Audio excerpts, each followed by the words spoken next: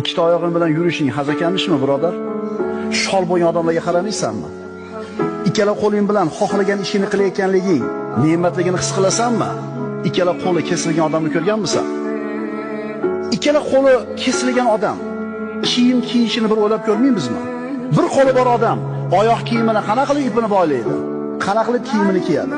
Ikkala qo'li yo'q odam hojatga ketganda kirib qanday hojat qilib chiqadi? O'ylab ko'rganmizmi shu narsani?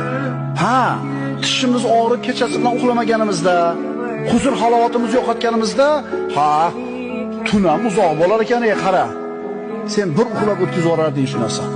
Bir uxlab 6 soat, 8 soat maza qilar eding, faqat ne'matligini bilmas eding.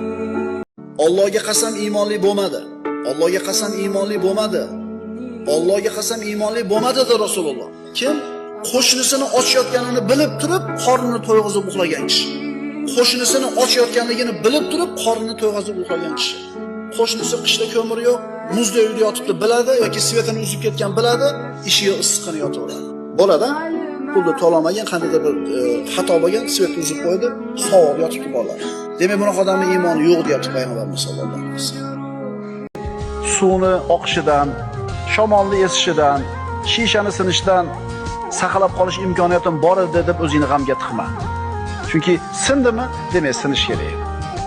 Burning yerga ishg'alansa ham, dod desang ham shunday bo'lish kerak edi, bo'ldi.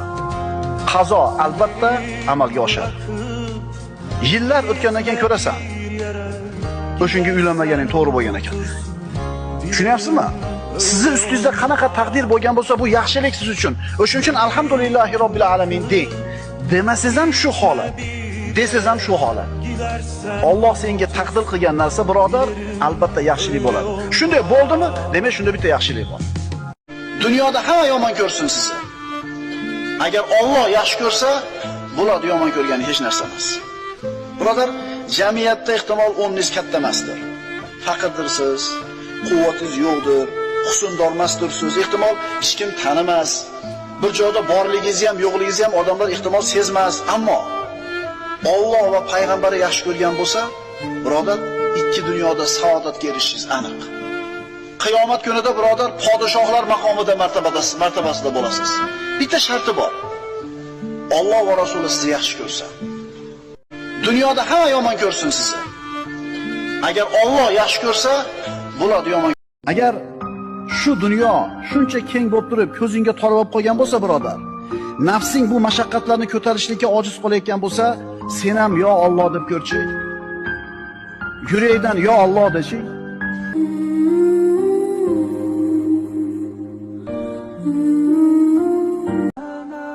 Bilingki, sodir bo'lgan bir voqea, albatta uning orqasida bir hikmat bor. Unga rozi bo'lish kerak. Boshqa ilojimiz yo'q.